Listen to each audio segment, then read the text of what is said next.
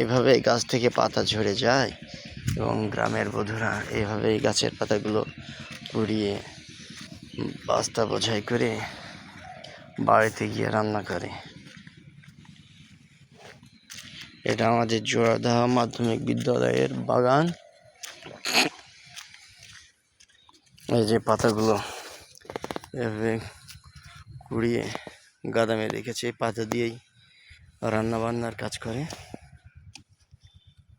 ঝাড়ু দিয়ে। এই যে এইভাবে। ভালো আছো? পাতা আছে আলহামদুলিল্লাহ। এই শুকনো পাতা পড়ে আছে, ওই যে বাস্তায় পড়ছে দেখতে পাচ্ছেন।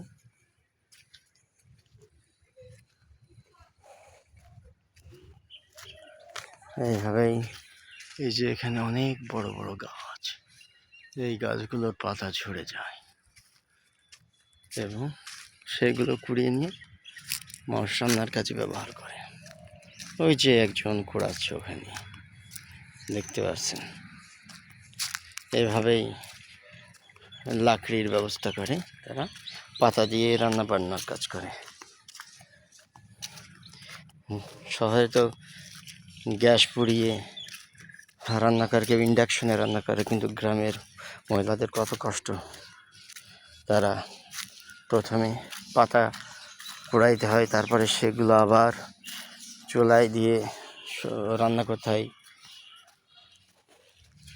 তাদের জ্বালায় তাদের নিজেদেরকেই জোগাড় করতে হয়। এই দেখতে পাচ্ছেন।